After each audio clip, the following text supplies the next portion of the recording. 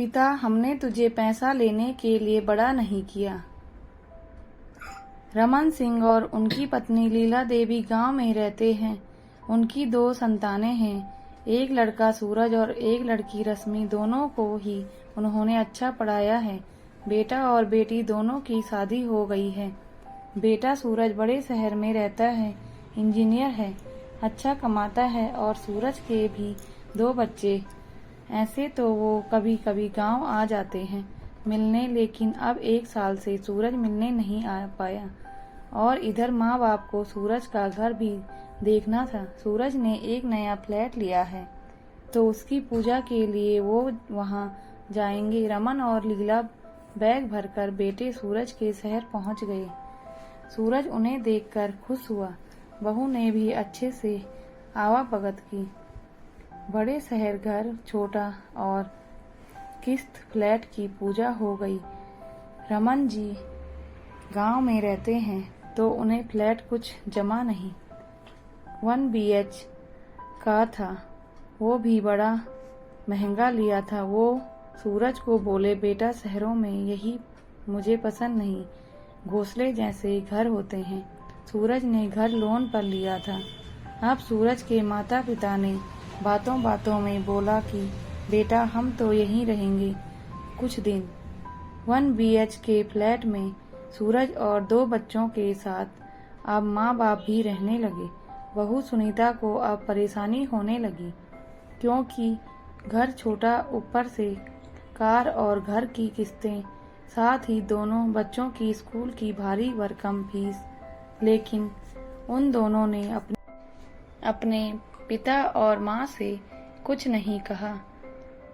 पिताजी सप्ताह भर बाद बेटे से बोले, अच्छा बेटा हम कल सुबह जा रहे हैं। बेटे ने पूछा, क्यों, कुछ हुआ क्या? आप एकदम से जाने की बात क्यों कर रहे हैं?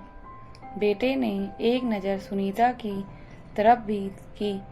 उसे लगा कि शायद उसने कुछ बोल दिया होगा। पिता बोला, बेटा जब तू छोटा था, कुछ बोल भी नहीं पाता था, तब भी मैं और तेरी माँ समझ जाते थे कि तुझे क्या चाहिए। आज तू भी बच्चों का बाप है, तू भी समझ सकता है मैं क्या कह रहा हूँ। बेटा तू बड़ा हो गया है, लेकिन आज भी हमारे लिए छोटा ही है। बेटा बड़े शहर में नौकरी, घर और बच्चों को पढ़ाना कितना मुश्किल है, यह मैंने देख लिया। तेरी परेशानी हमें अच्छे से दिखाई दे रही है। किस तरह से तू बड़े शहर में संघर्ष कर रहा है, यह मुझे दिखाई दे रहा है। मैं यहाँ यह देखने के लिए ही रुका था।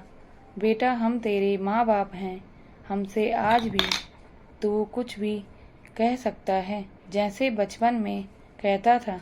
आज भी कुछ भी मांग सकता है, जैसे तब मांगता था। हमारे पास जो भी है वह तेरा है। हमने तुझे इसीलिए बड़ा नहीं किया कि बुढ़ापे में हम तुझे बड़ा करने का हिसाब लें। बेटे की आंखों में आंसू आ गए। पिता ने आगे कहा, जरूरत पड़ी तो हम जमीन बेच देंगे ताकि तेरा लोन का पैसा कम हो जाए। यह सब तेरे और तेरी बहन के काम नहीं आएगा तो किसके आएगा? बेटा बोला, नहीं अभी उसकी कोई ज़रूरत नहीं है।